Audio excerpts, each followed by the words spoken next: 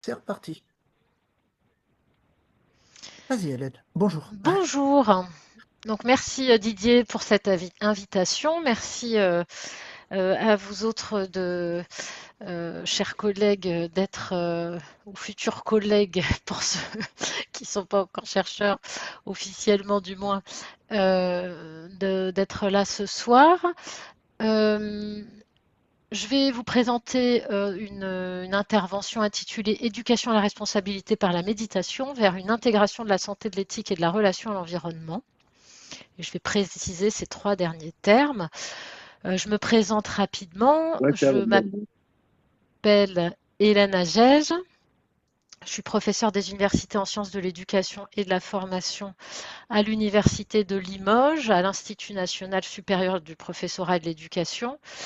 Et je suis membre du laboratoire CERES, Centre de recherche sémiotique. J'ai une formation initiale en biologie moléculaire, j'ai un doctorat dans cette discipline-là et je me suis convertie aux sciences humaines et sociales par le biais de l'épistémologie des sciences, hein, de l'histoire de la didactique des sciences. Et ça fait 10 ans maintenant que je suis habilitée à diriger les recherches sur l'éducation à la responsabilité par la méditation. Donc c'est un thème que j'ai longtemps travaillé et j'ai choisi ce soir, en tout cas proposé à Didier, de vous présenter un état de mes réflexions actuelles, de mes réflexions et de mes actions actuelles en lien avec ces questions-là. Donc la présentation va se dérouler en trois parties. D'abord, je vais vous présenter des éléments de contexte et de théorie autour des termes, notamment responsabilité, santé, éthique et de leurs relations. Dans une deuxième partie, je centrerai davantage sur l'approche éducative qui est proposée, sur ses spécificités, en l'occurrence la méditation et un programme que j'ai créé qui s'appelle MBER. Et je conclurai, si on a le temps, enfin conclurai, la dernière partie, si on a le temps, présentera des études empiriques très récentes concernant cette approche.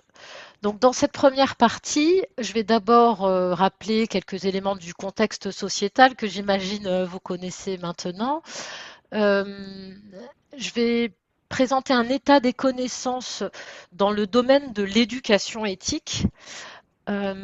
Et puis le cadre théorique qui me sert de cadre d'analyse et d'expérimentation euh, en lien ensuite avec la troisième partie.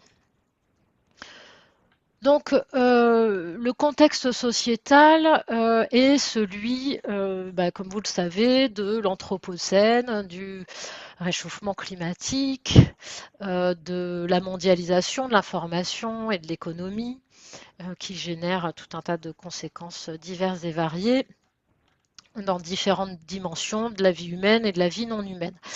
Et par rapport à ça, différentes instances internationales ont proposé des cadres de référence. Bien sûr, il y a les objectifs de développement durable de l'UNESCO. Et là, bon, je vais vous parler plus particulièrement des référentiels européens, mais c'est un référentiel parmi d'autres.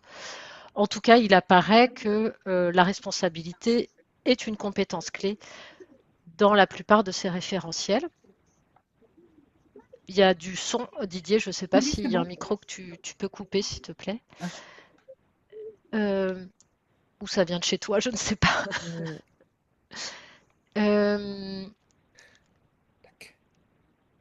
donc l'Union européenne reconnaît la responsabilité comme centrale dans l'apprentissage tout au long de la vie, dans son référentiel LifeComp, donc sur les life skills, qu'on appelle en français compétences psychosociales. Je reviendrai sur cette notion après. Hein, dans ce référentiel-là, elle évoque et évoquer la responsabilité personnelle pour sa propre santé, envers autrui et l'environnement.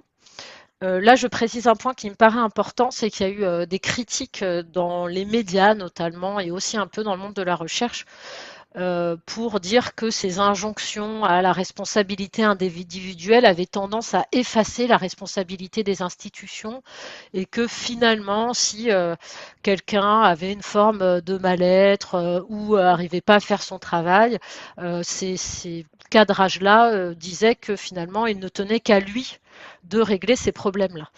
Donc, cette notion de responsabilité, ça c'est un abus en quelque sorte de cette notion d'interprétation de cette notion de responsabilité individuelle qui ne dédouane aucunement les institutions de leurs responsabilités en termes d'offrir des cadres de travail qui sont porteurs, qui sont sains, qui sont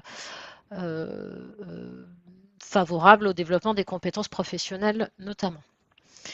Donc spécialement pour vous, je suis allée revoir en particulier dans le Green Camp, qui est le référentiel européen concernant donc le côté plus environnemental. Et dans le résumé, on y trouve la phrase suivante. Ce référentiel définit une série de compétences en matière de durabilité à incorporer au programme d'éducation afin d'aider les apprenants à développer des connaissances, des aptitudes et des attitudes qui favorisent des manières de penser, de planifier et d'agir avec empathie, responsabilité et égard pour notre planète et pour la santé publique. Voilà. Et comme vous le verrez, donc on voit que la responsabilité, là, à nouveau, elle est centrale comme objectif éducatif. Et on verra que dans la conception que j'en ai, dans le cadre théorique que je propose pour la responsabilité, les notions d'égard et d'empathie sont incluses dedans. Donc ce n'est pas des notions séparées. Un autre aspect qui caractérise notre monde contemporain, c'est son pluralisme moral. Donc là, je ne sais pas à quel point ça concerne plus ou moins différents pays, différents groupes culturels, mais disons que dans l'ensemble, les sociétés traditionnelles, comme il y avait en France jusque dans les années 1950 aussi, hein, il y avait une forme d'hétéro-régulation qui prédominait avec des normes sociales, religieuses ou traditionnelles qui étaient assez fortes. Donc, cette notion que les individus devaient se conformer à un certain moule imposé de l'extérieur était dominant dans la plupart des sociétés. Et donc, il y a des philosophes qui analysent que ce système-là a éclaté dans la plupart des pays. Et c'est ce qui est appelé la postmodernité, c'est-à-dire qu'il y a un effondrement des systèmes normatifs où il n'y a plus une seule morale dominante ou une seule religion imposée, et on se retrouve avec un pluralisme moral qui fait que bah, c'est aux individus de trouver leurs propres normes. Hein, il y a cette priorité qui est donnée à l'autonomie. Alors ça accompagne aussi un mouvement libéral un peu général euh, du point de vue économique, hein, qu'on retrouve dans des pays sous dictature comme la Chine, par exemple. Ça donne des choses un peu, des systèmes un peu paradoxaux. Mais ça amène ces penseurs, ces philosophes, ces éthiciens à promouvoir comme besoin actuel extrêmement fort et beaucoup plus prégnant qu'avant euh, de former, d'éduquer les personnes, à être capables de s'auto-réguler en étant ancré dans une responsabilité qui est réflexive, hein, puisque l'individu ne peut plus trouver facilement de normes univoques à l'extérieur, il doit lui-même se trouver ses propres normes, c'est l'autonomie, choisir ses valeurs et agir en fonction de ça. Parce que si vous voulez, dans tout cet environnement, finalement, c'est référentiel de compétences, Green Comp, les objectifs de développement durable et tout ça, c'est une norme parmi N. Donc comment s'orienter là-dedans, comment arriver à favoriser chez les personnes le développement d'une forme de responsabilité, d'autonomie euh, euh, dans cet environnement pluriel. Donc là, on tombe dans le champ de l'éthique réflexive, qui se distingue des éthiques normatives et de la morale, dans le sens qu'elle met en avant le besoin d'autonomie plutôt que de conformité normative. Et du point de vue de la responsabilité, je vais parler d'une conscience multidimensionnelle de soi, d'autrui, de l'environnement et de leur interdépendance. Et ça va constituer une forme de guide. Alors, dans mon travail, notamment d'HDR, je parle d'harmonie, c'est-à-dire l'idée étant de rechercher l'harmonie entre soi, autrui et l'environnement, de par cette conscience de cette interdépendance. Donc, En éducation éthique, il y a de nombreuses recherches qui s'inscrivent dans différentes traditions aussi, hein. Certaines relèvent des éthiques normatives, voire de la déontologie. Mais en tout cas, il ressort d'une partie de ces études que les approches qui sont dites de commande et de contrôle sont assez inadéquates, hein, qui relèvent donc plus de la déontologie et du fait de se plier à certaines normes. Elles sont inadéquates parce qu'elles ne préparent pas les professionnels aux réalités du terrain qui sont complexes, qui sont multiples et dans lesquelles il y a besoin d'une forme de créativité pour apporter des réponses nouvelles à des problèmes qui sont nouveaux. Euh, et dans ce contexte-là, les approches développées pédagogiquement, en termes de méthode, c'est souvent alors des débats, des jeux de rôle, des analyses de scénarios, de la fiction. Et je pense que c'est aussi en majorité le genre de méthode pédagogique qu'on retrouve dans les éducations A, dans les recherches sur les questions socialement vives, donc avec un rôle important de la réflexion, de l'enquête, de l'argumentation. Et ça vient d'Habermas, notamment, de sa grande influence dans le domaine de l'éthique, puisque pour lui, c'est vraiment ça le cœur des processus éthiques qui sont basés sur cette réflexion, ce dialogue, la délibération pour arriver à une prise de décision éthique, c'est-à-dire qui prend en compte les normes et les valeurs des différents individus en présence pour parvenir un consensus sur la meilleure solution à adopter dans une situation donnée. Donc qui adoptent du coup une vue un peu surplombante et pas restreinte à l'individu. Et cette vision-là, donc, a beaucoup influencé ces processus. Et je pourrais ajouter aussi les travaux de Piaget et sa modélisation épistémique du sujet, euh, c'est-à-dire qui pense qui étudie le sujet dans sa dimension rationnelle, dans sa dimension réflexive, dans sa dimension formelle, eh bien, il y a eu de facto une négligence de certains facteurs dans la modélisation de l'être humain et dans les méthodes pédagogiques employées elles-mêmes. Donc il y a quand même un certain nombre d'auteurs maintenant qui mettent en avant la nécessité d'aborder les émotions et les dimensions non rationnelles. Alors là, j'en cite deux donc, qui concernent l'éducation éthique, hein, mais il y avait ce cher collègue Daniel Favre qui, tout au long de la deuxième partie de sa carrière, a argumenté en faveur de cette prise en compte de la dimension émotionnelle aussi dans les éducations A. Et on pourrait ajouter aussi les compétences attentionnelles sur lesquelles je vais revenir ultérieurement, dans notamment la sensibilité éthique, qui est un des premiers aspects de la compétence éthique, c'est-à-dire la capacité à repérer que la dimension éthique des situations, pardon, à repérer la dimension éthique des situations. Donc ça demande une certaine attention. Euh, ce de quoi fait état aussi la littérature, c'est que cette sensibilité éthique, c'est-à-dire les personnes qui remarquent le plus que ah tiens là il y a un enjeu éthique, là il y a quelque chose à voir, et ben ça peut générer du stress, notamment quand l'agentivité manque, c'est-à-dire quand on a une faible capacité à agir. C'est le cas par exemple de l'éco-anxiété.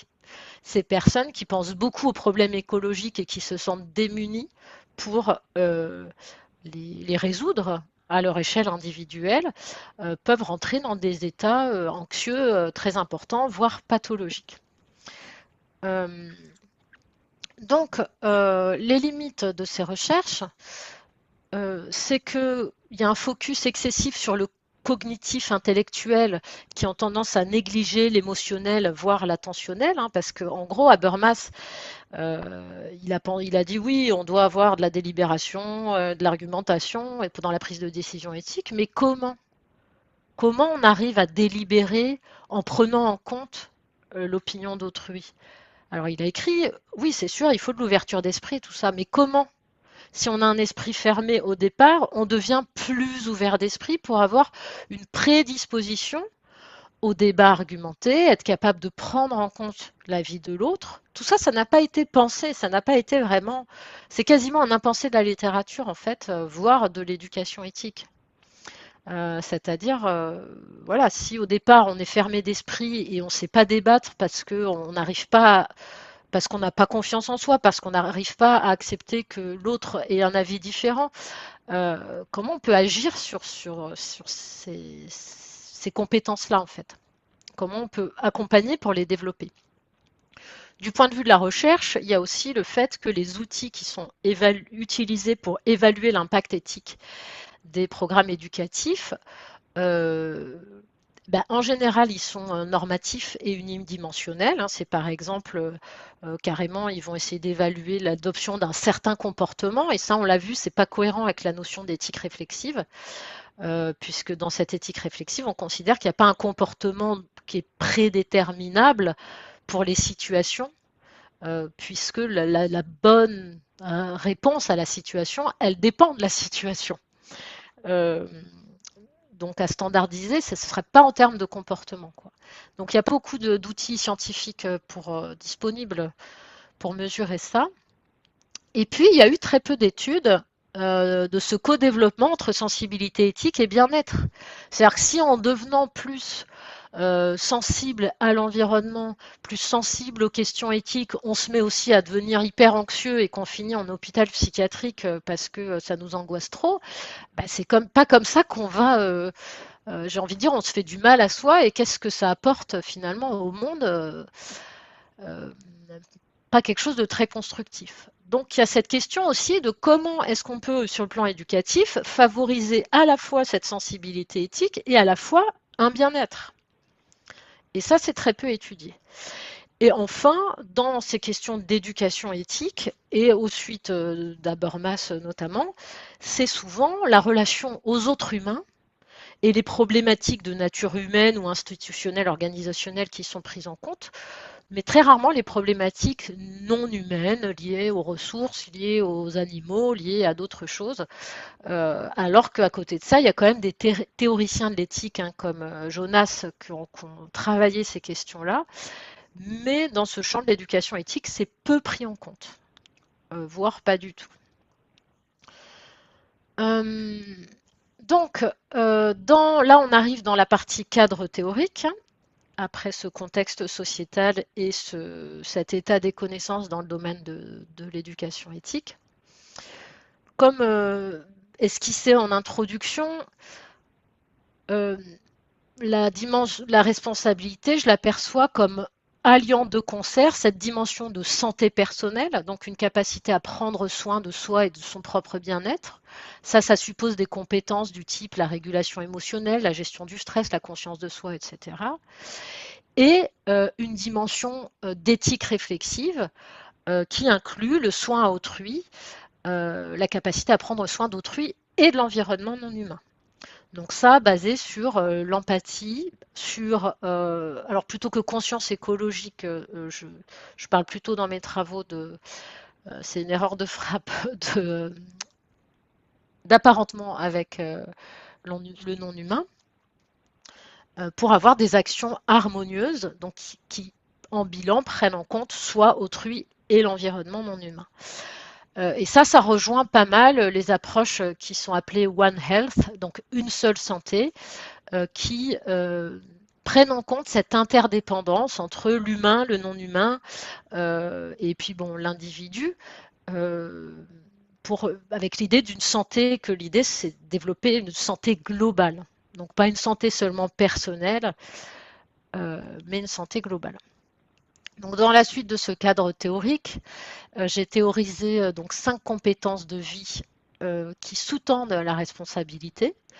Les compétences de vie, life skills en anglais, hein, qu'on appelle compétences psychosociales en français plus souvent, ont été définies par l'Organisation mondiale de la santé comme les capacités à adopter des comportements adaptatifs et positifs qui permettent aux individus de faire face efficacement aux exigences et aux défis de la vie quotidienne. Euh, donc dans ce modèle de la responsabilité, c'est vrai que j'aurais pu mettre ma référence de mon livre de 2018 qui figure ailleurs dans le diaporama, figure des compétences relationnelles, l'empathie, la communication, l'apparentement avec l'environnement non humain, Des compétences épistémiques, la pensée ouverte, la flexibilité cognitive, l'épistémologie contextuelle, c'est-à-dire la capacité à percevoir le savoir dans son utilité, dans ses domaines d'opérationnalité, mais sans l'ériger en vérité absolue qu'on doit imposer aux autres. Donc c'est lié à un mode de pensée non dogmatique. Les compétences attentionnelles, comme la pleine conscience, je reviendrai là-dessus, la maîtrise de l'attention, la perception lucide. Alors, je vais parler de Santé publique France après. En fait, là, elle regroupe Santé publique France, les compétences épistémiques et les compétences attentionnelles dans les compétences cognitives et les compétences relationnelles dans, elle appelle ça les compétences sociales. Sociales, moi j'y mets le non humain aussi, hein, donc il y a de ça en plus. Et puis les compétences émotionnelles, l'identification, la régulation, l'expression constructive et j'ajoute, ça y est pas dans le référentiel Santé publique France, l'intégration des émotions. Donc c'est la capacité notamment à guérir nos blessures émotionnelles qui nous conditionnent et nous empêchent enfin, empêchent en partie cette ouverture d'esprit et cette disponibilité dans l'instant. Donc elles altèrent notamment ces blessures émotionnelles, les compétences attentionnelles. Donc ça, on retrouve à peu près, disons, à des quelques détails près, la typologie des compétences psychosociales ou life skills hein, dans le référentiel français. Euh, et puis, il y a les compétences axiologiques, qui, ça veut dire en lien avec les valeurs, la conscience de nos valeurs et l'intégration de valeurs harmonieuses dans notre système et il devrait figurer ici aussi la capacité à agir d'une manière cohérente avec ces valeurs harmonieuses. Et ça, c'est ce qui plus typiquement relève de l'éthique. Donc vous voyez, on retrouve là dans ces 5 types de compétences les compétences type qui sont classiques dans le domaine de la santé et les compétences qui sont plus spécifiques de l'éthique. Selon moi, c'est une erreur hein, de Santé publique France de ne pas distinguer les compétences épistémiques et les compétences attentionnelles et je vais expliquer pourquoi après, grâce notamment à la méditation. Donc on en arrive en effet à cette deuxième partie sur la méditation où je vais présenter d'abord la notion de méditation laïque. Je vais parler justement des effets attentionnels spécifiques de la méditation. Ensuite, je vais proposer un état des connaissances très rapide là-dessus. Et puis, je vais parler du programme que j'ai développé et sur lequel j'ai mené avec des collègues des études que je présenterai dans la troisième partie. Donc, la méditation, c'est un ensemble de pratiques qui, à la base, ont été développées surtout dans des traditions religieuses ou philosophiques spirituelles comme le bouddhisme, le soufisme et autres. On en trouve en fait des différentes formes dans la plupart des religions. Et en 1979, John Kabat-Zinn a repris certaines pratiques du bouddhisme Theravada et les a inclus dans un programme qui s'appelle réduction du stress, réduction du stress basée sur la pleine conscience, donc MBSR en anglais, Mindfulness Based Stress Reduction. C'est un programme de 25 heures qui se fait en 6-8 semaines, qui est complètement laïque. Et qu'il a proposé en clinique à des douloureux chroniques et des personnes qui étaient en risque de rechute dépressive notamment.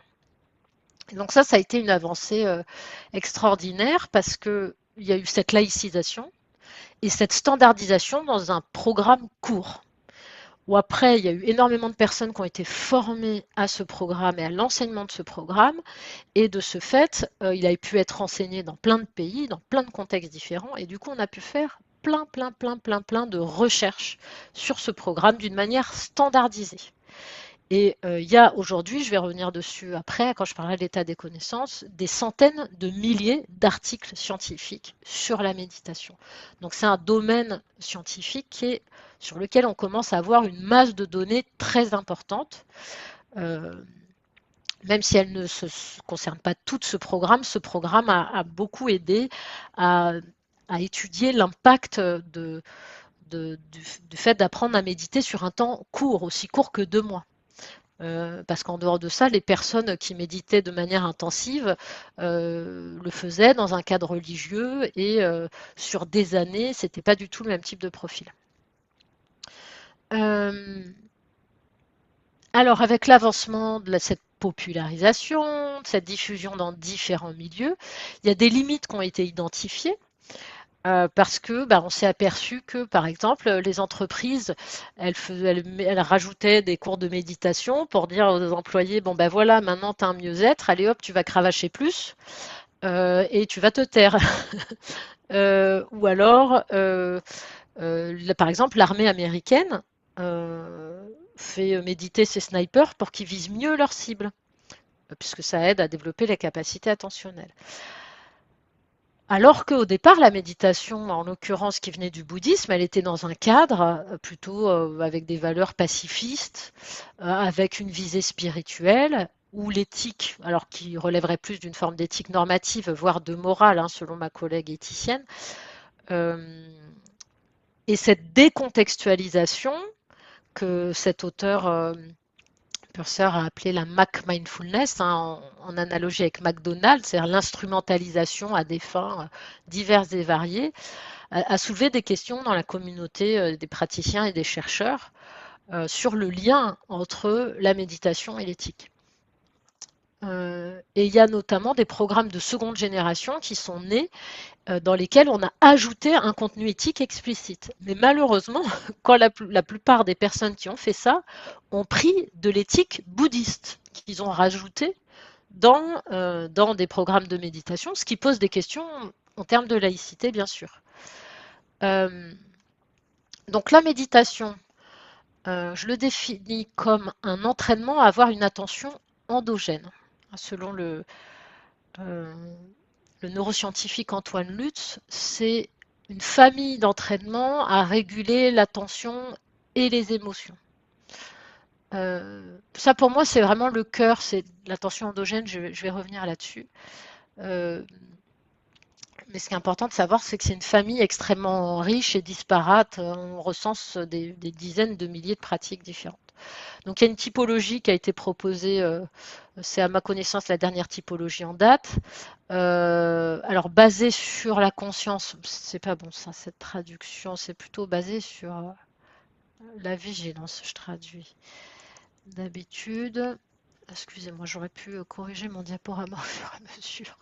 Je n'ai pas très bien relu. Alors, j'étais en mode lecture. Voilà. Ah, bah il est revenu au début.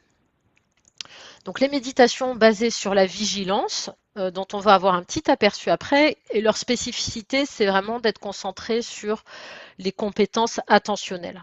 Hein, on s'entraîne à stabiliser son attention sur un support, par exemple. Les méditations basées sur la connexion. Là, ça va plutôt travailler les compétences relationnelles. Par exemple, on s'entraîne à se sentir connecté à tous les êtres vivants, par exemple. Basé sur l'insight, alors je ne sais plus comment je traduis ça habituellement, l'introspection. Là, il s'agit de mieux connaître nos mécanismes cognitifs, notamment émotionnels.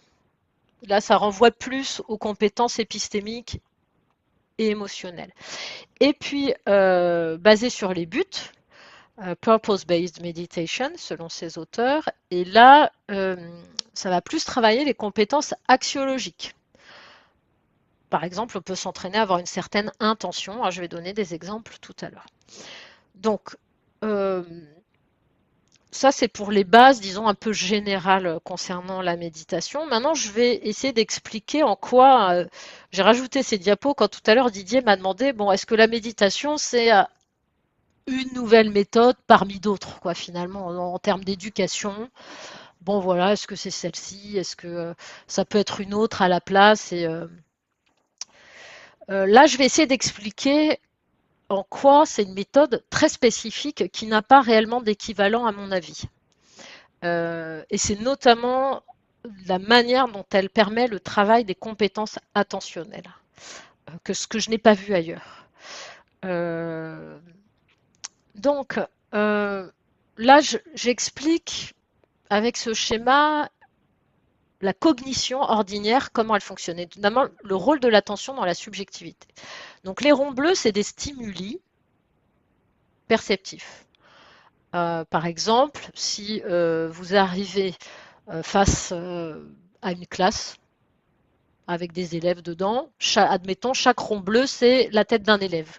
C'est donc qui prend à peu près la même place dans votre champ visuel. Admettons qu'ils soient tous en ligne. Vous les voyez, si on prenait une photo, ils prendraient le même nombre de pixels sur la photo. Donc ils sont, d'un point de vue de la quantité d'informations, ils sont équivalents, admettons. Et donc il y a une sensation, c'est-à-dire qu'il y a là en l'occurrence, puisque je parle de vision, vos récepteurs visuels, ils sont imprimés par des photons. Ils perçoivent les photons et ils transmettent un signal ensuite. Et là, il y a un processus qui est intriqué cognitivement, qui s'appelle la saisie de l'information. Et c'est là que l'attention, elle joue. En fait, elle joue le rôle un peu d'un filtre. Et il va se passer un double processus qu'on appelle la magnification attentionnelle. Magnum, ça veut dire grand. Magnification attentionnelle, ça veut dire grandi.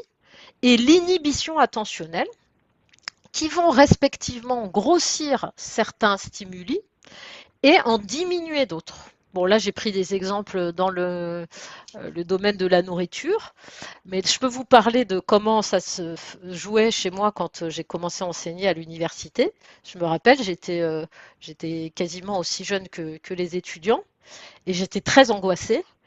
Et quand j'arrivais, tout de suite, ça je m'en suis aperçue après, sur le moment je m'en apercevais pas, hein, mon esprit, il repérait certains élèves.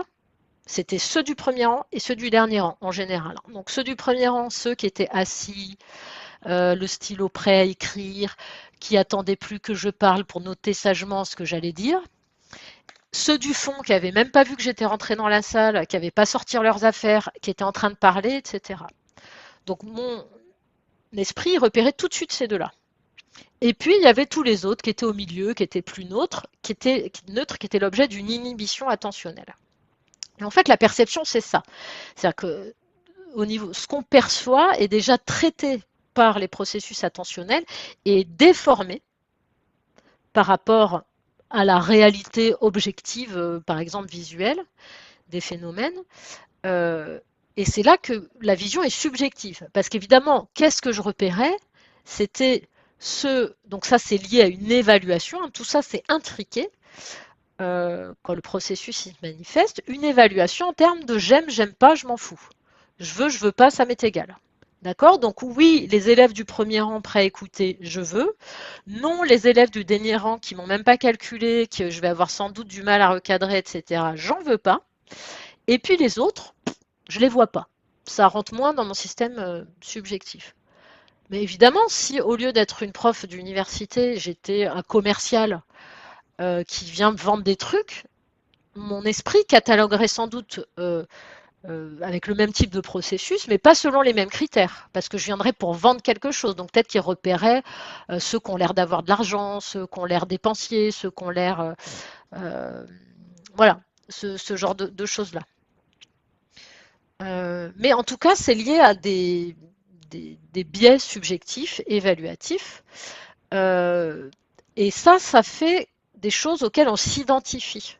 C'est-à-dire qu'il y a une forme d'identification à un endogroupe.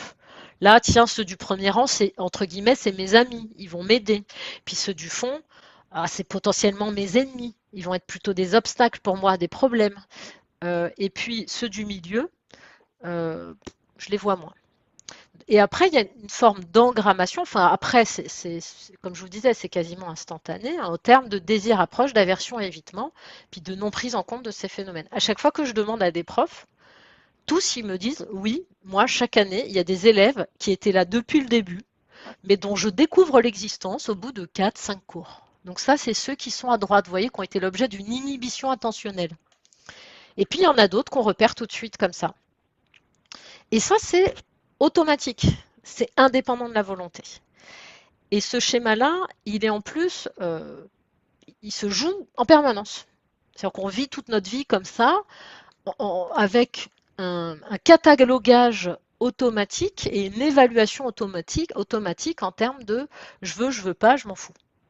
Selon des biais qui sont subjectifs, qui sont évidemment culturellement aussi conditionnés, et qui nous empêchent de prendre en compte, je vais développer ça après, correctement à la fois nous-mêmes, autrui et l'environnement non humain. Donc pour continuer sur l'anecdote personnelle, je me suis aperçue en travaillant sur ces questions-là, de ce qui se passait chez moi cognitivement. Et après, je les ai vus, ces biais-là. Et j'ai vu que, en fait, je me crispais à fond avec les élèves du fond. Et que du coup, j'étais hyper nerveuse avec eux, hyper désagréable. Et que du coup, ça se passait mal avec eux. Euh, mais c'était tout dans mes projections, en fait. Et à partir du moment où je l'ai vu, où j'ai essayé de contrecarrer ça, et de me dire, bah, peut-être que j'ai tort, en fait. Peut-être qu'ils ont aussi envie d'écouter le cours, mais qui sont plus timides, qui se mettent au fond. Peut-être que ça va pas être des problèmes. Peut-être que j'ai interagi différemment avec eux, et dans l'ensemble, ça se passait mieux. Donc, ça m'a permis d'observer subjectivement à quel point ce processus-là de perception, évaluation qui était automatique au départ, conditionnait la nature de mes interactions. Et ça a été étudié en sciences de l'éducation avec ce qu'on appelle l'effet Pygmalion. Il y a eu pas mal d'études sur ce que les Anglais appellent le Teacher Expectancy Effect, hein, comment les attentes d'un enseignant par rapport aux élèves, ils conditionnent les compétences, le développement des compétences des élèves dans un sens ou dans l'autre. Euh, alors j'ai écrit un article là-dessus, celui de 2017 là que je mets euh, à la fin. Donc il y a un renforcement de la saisie phénoménologique, ça veut dire cette espèce de fascination qu'on a pour le réel et à croire à notre vision subjective et à croire que notre vision subjective, elle est objective. Et c'est ça qui nous empêche de rentrer dans une délibération selon Habermas et de prendre en compte vraiment les opinions des autres personnes en face de nous. Parce qu'il y a une partie de nous avec ça qui pense que l'autre, il a tort. Donc, à quoi ça sert d'écouter ces arguments si je sais à l'avance que moi j'ai raison, par exemple. Euh, donc, ces processus-là, qui sont vraiment des processus cognitifs au cœur de la subjectivité, nous conditionnent potentiellement d'une manière qui est contraire à l'éthique. Donc à quoi on s'entraîne dans la méditation? Là, je vous propose de prendre, bah, vu l'heure qu'il est, pas plus de 2 minutes, mais ça pourra peut-être donner un petit aperçu quand même, pour expérimenter euh, une méditation qui est vraiment une méditation de base de la pleine conscience et des compétences attentionnelles. C'est pendant 2 minutes, essayons d'être simplement attentif à notre respiration. C'est-à-dire, j'inspire, on ne cherche pas à modifier la respiration. Si elle se modifie, c'est OK, mais on ne cherche à rien en faire de spécial. Donc j'inspire, je suis conscient que j'inspire, je ressens les mouvements de mon corps.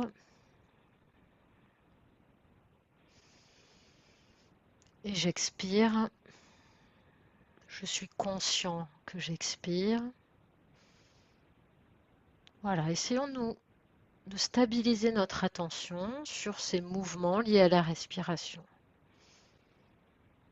Et sur simplement le fait d'en être conscient et de les ressentir dans notre corps.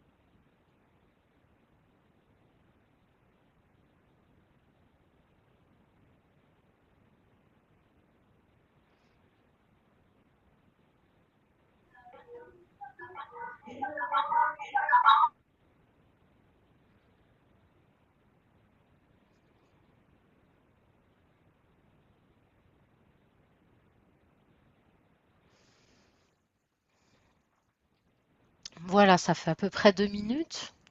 Qu'est-ce que vous avez observé pendant ces 2 minutes? Est-ce que quelqu'un veut bien partager?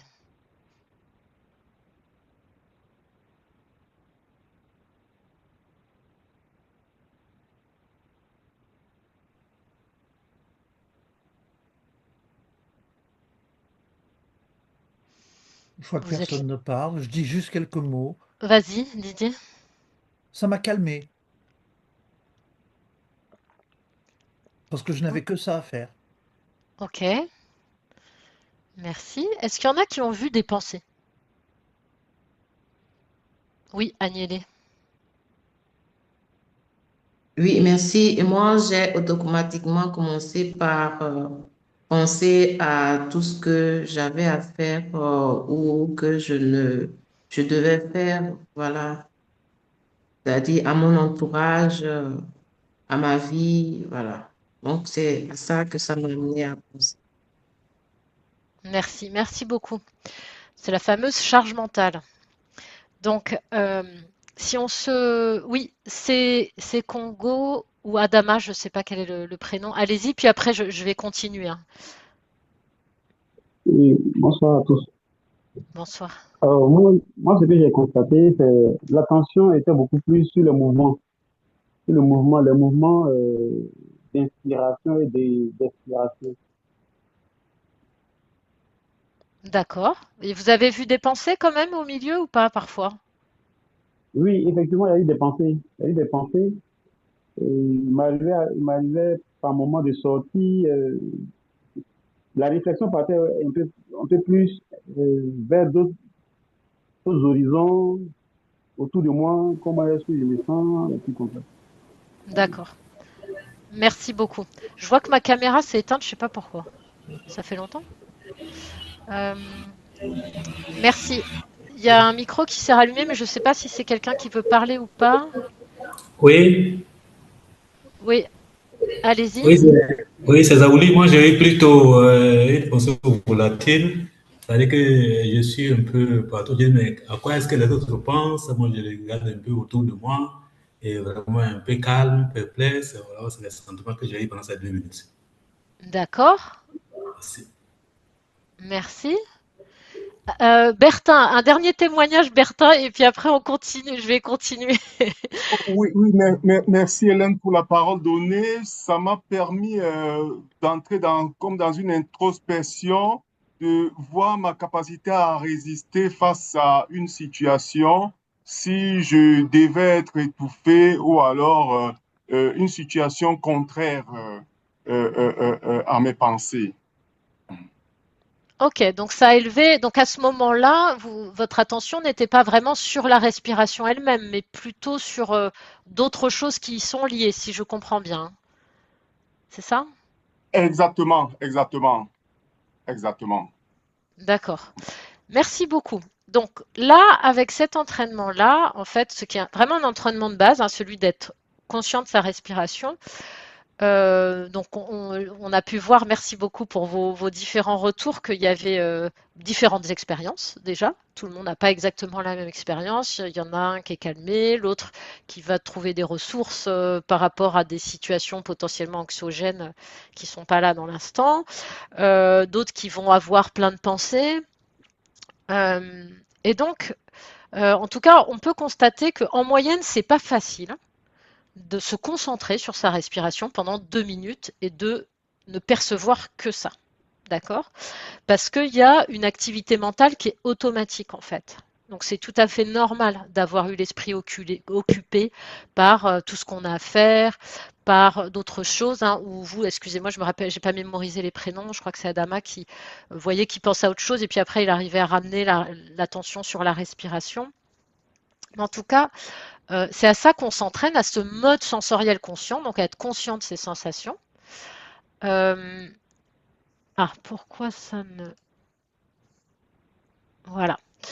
Donc là, ce qu'a bien illustré Agnelé dans son témoignage, c'est ce mode mental inconscient. C'est-à-dire qu'il y a des sensations. Alors en général, ça part de sensations, même si vous l'avez peut-être pas observé là, mais des émotions et des pensées qui tournent en boucle. D'accord?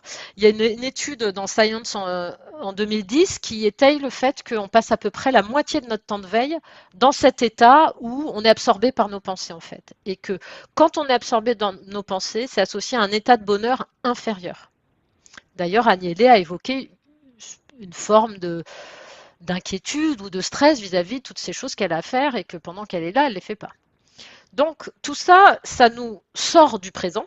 Ça nous empêche d'être complètement là et d'être complètement disponible à nous-mêmes, à ce qu'on ressent dans l'instant et à ce qu'il y a autour. Donc vous voyez que c'est un frein, cette disponibilité à la délibération, à l'argumentation, à la prise en compte globale d'autrui dont je parlais tout à l'heure du point de vue éthique.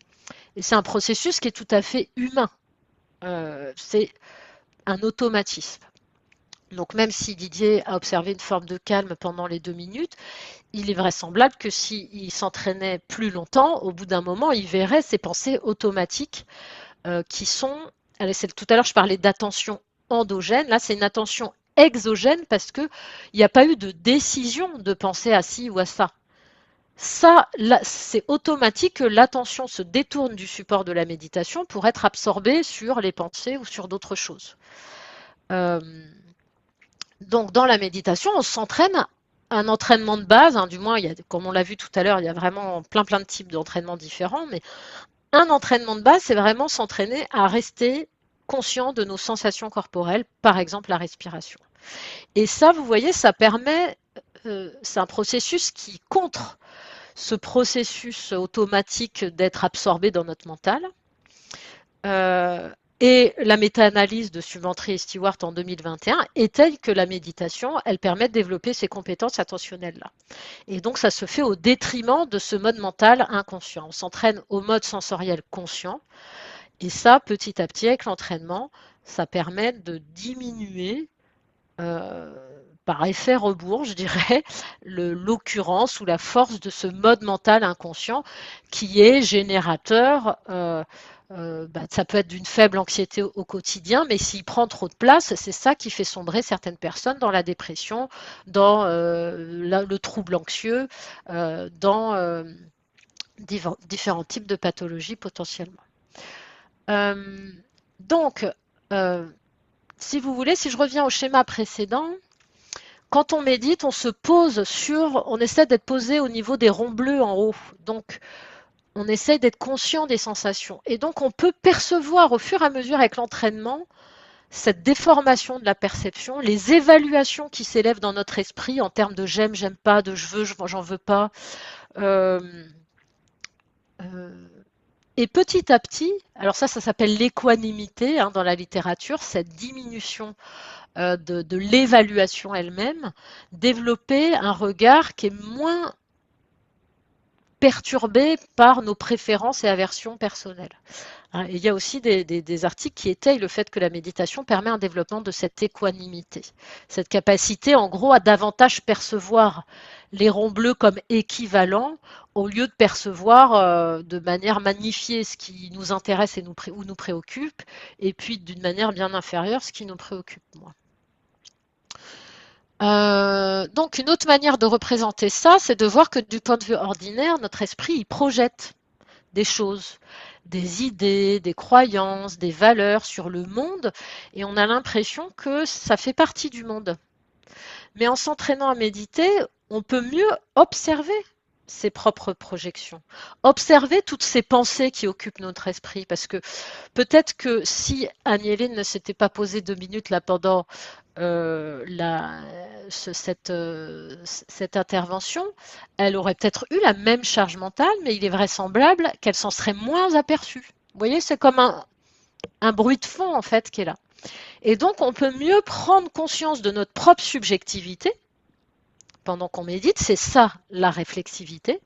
Mieux voir ces processus de projection, d'évaluation, de magnification attentionnelle, etc. Et donc développer un regard qui est plus équanime sur les choses, qui prend mieux en compte soi et autrui. Et comme écrivait Ricoeur, percevoir l'autre comme soi-même, et j'ajoute, et soi-même comme un autre. Donc on peut mieux interagir en considérant les autres sur un pied d'égalité, donc mieux Ça ouvre l'esprit, ça permet de mieux prendre en compte que l'autre, tiens, il a un avis différent, peut-être ça vaut le coup que je l'écoute, peut-être qu'il va me convaincre. Donc ça, vous voyez, ça ouvre plus de disponibilité à ces compétences cognitivo-intellectuelles que mettait en avant Habermas et que mettent en avant les approches, disons, traditionnelles de l'éducation éthique, des éducations A et autres, qui sont basées sur la réflexion uniquement. Et donc ça, dans la modélisation que j'en ai faite, oui, là, je cite les 3 articles où je décortique un peu tout ça. La responsabilité, l'harmonie, l'expertise en méditation et cette conscience de l'impermanence et de l'interdépendance. Notre propre impermanence, puisqu'on change tout le temps, que il y a un moment on n'était pas là et puis dans un moment on sera plus là, et de notre interdépendance, parce que si on est vivant, c'est bien parce qu'il y a du non-vivant autour de nous, des molécules d'oxygène qu'on respire, des êtres vivants dont on peut se nourrir, qu'il y a d'autres êtres humains qui nous ont élevés, qui parlent avec nous, toute cette interdépendance-là, on peut aussi en avoir une expérience non pas seulement intellectuelle, mais bien davantage phénoménologique.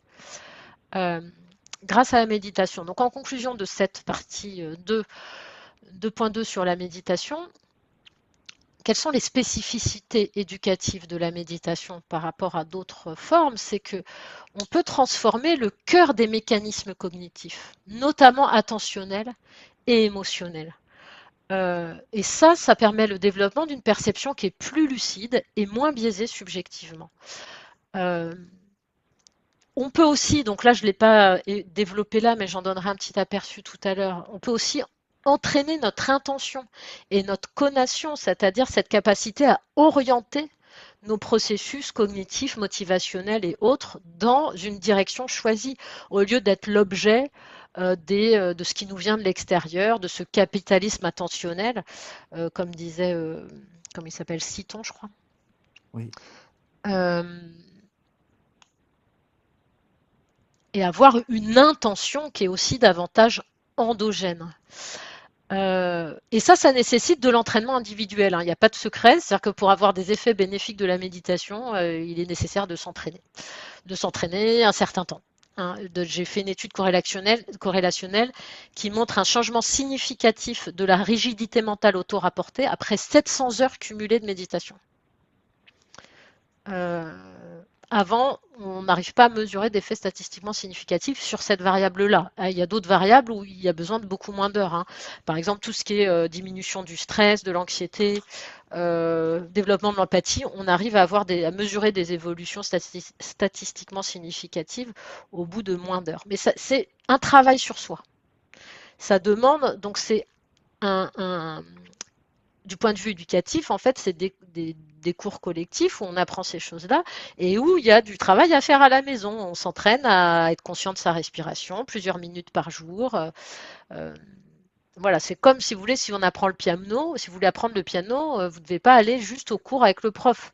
Chez vous, vous devez vous entraîner à lire les partitions, à faire des gammes, etc., etc. Si vous voulez vraiment apprendre à jouer du piano, je veux dire, pour un moment voir les effets et trouver du plaisir à jouer sans aller jusqu'au Rachmaninoff ou au Chopin, peut-être au moins quelques mélodies de Mozart, il n'y a pas de secret, quoi. C'est s'entraîner. Et donc, par rapport à cette action au cœur des mécanismes cognitifs, c'est à mon sens une approche qui est complémentaire avec toute autre approche éducative, en fait. Elle va agir à un endroit où je pense que aucune autre ne peut agir, et même des techniques qui peuvent paraître apparentées comme la relaxation, la sophrologie, des choses comme ça, ne permettent pas le développement des mêmes compétences que la méditation. Je pense à une compétence en particulier, c'est la capacité à repérer soi-même son état attentionnel et à rediriger l'attention sur un objet déterminé. Ça, c'est typiquement dans la méditation et pas ailleurs à ma connaissance. Donc, qu'est-ce qui est prouvé scientifiquement? Comme je vous disais, il y en a des centaines de milliers d'études sur la méditation. Juste, si je reviens à la notion de santé. Au niveau de la santé, ce que j'appelais les compétences de vie, donc sociales, émotionnelles, et y compris attentionnels, il y a de nombreuses études qui montrent que ce sont effectivement des déterminants majeurs de la santé et du bien-être personnel. Et ce qui est important aussi, c'est que du point de vue cérébral, en fait, les processus émotionnels et les processus cognitivo-intellectuels, ils sont complètement intriqués. Donc c'est aussi essentiel au bon fonctionnement cognitif et social optimal. Donc ça étaye l'hypothèse que je disais tout à l'heure, hein, que tout ce qui est visé dans l'éducation éthique en termes délibératifs, etc., si vous n'avez pas confiance en vous, si vous ne savez pas réguler vos émotions, etc., vous n'allez pas y arriver à débattre et à argumenter. Donc c'est essentiel aussi. Et il y a eu aussi de très nombreuses études qui étayent l'impact positif de la méditation sur la santé physique et mentale. Alors, le bien-être, l'empathie, des compétences psychosociales, mais physique, il y a des effets assez remarquables quand même, puisque il y a des programmes courts du type de celui MBSR dont je parlais tout à l'heure, sont aussi efficaces que la prise continue d'antidépresseurs pour prévenir la rechute dépressive, par exemple. Il y a des études qui montrent que des temps de méditation, même courts, sont aussi efficaces que des analgésiques de type morphinique pour diminuer la douleur aiguë, par exemple. Donc, il y a des effets anti-inflammatoires. Hein. Il y en a qui sont allés mesurer le TNF-alpha et tout ça, les molécules anti-inflammatoires dans l'organisme. Donc la méditation, elle a des effets au niveau attentionnel, émotionnel, et y compris physique sur le fonctionnement du corps, physiologique, cardiaque, etc. Et j'en passe. Et il y a beaucoup d'études maintenant. Alors le cerveau, j'en parle pas. C'est pas si vous comparez des méditants experts et des méditants novices ou des non-méditants, les zones du cerveau activées par défaut ne sont pas les mêmes. Il y a une plus grande épaisseur moyenne de matière grise chez les méditants experts que chez les non-méditants. Il y a une plus faible atrophie de la matière grise associée à la vieillesse chez les méditants experts que chez les non-méditants. Donc il y a des effets, donc ça c'est très étayé aujourd'hui, physiques, physiologiques et aussi psychosociaux qui commencent à être assez clairs. Là où c'est moins clair, c'est chez les méditants novices ou ceux qui ont fait le programme, par exemple MBSR. Il y a des effets qu'on mesure entre avant-après, ils ne sont pas forcément pérennes longtemps dans le temps, et ils sont moins marqués évidemment que quand vous comparez des méditants experts et des novices. Quand je parle de méditants experts, c'est ceux qui ont 10, 20, 30 000 heures d'expérience cumulée de méditation derrière eux. Donc si vous faites le calcul, ça fait des journées entières, des années entières à méditer toute la journée. Alors maintenant, en ce qui concerne les effets moraux, les effets sont contrastés. Alors c'est souvent, les effets moraux, c'est mesuré souvent par rapport à des programmes courts. Alors, selon la variable mesurée, en gros, on trouve qu'il y a un effet ou alors ça va dans l'autre sens. Les lacunes des recherches actuelles en ce qui concerne l'effet éthique de la méditation, c'est d'abord qu'il y a très peu de données, que ce soit les programmes de première génération, qui, comme le programme MBSR, qui sont centrés sur la santé personnelle, sur une visée de santé personnelle, ou les programmes de deuxième génération qui sont centrés qui incluent un contenu éthique explicite. Là, on a encore moins de données. C'est souvent des mesures unidimensionnelles et normatives. L'environnement non humain est jamais, quasiment jamais considéré. Donc en gros, on sait peu de choses aujourd'hui sur l'effet éthique de la méditation, mais la littérature va plutôt dans le sens de l'hypothèse avec laquelle je suis d'accord, à savoir que il est nécessaire de cultiver aussi une intention éthique ou d'avoir dans le dispositif éducatif quelque chose qui va cultiver cette intention pour qu'il y ait un effet éthique de la méditation. Est-ce que j'arrête là ou pas ? tu peux prendre quelques instants. Hein.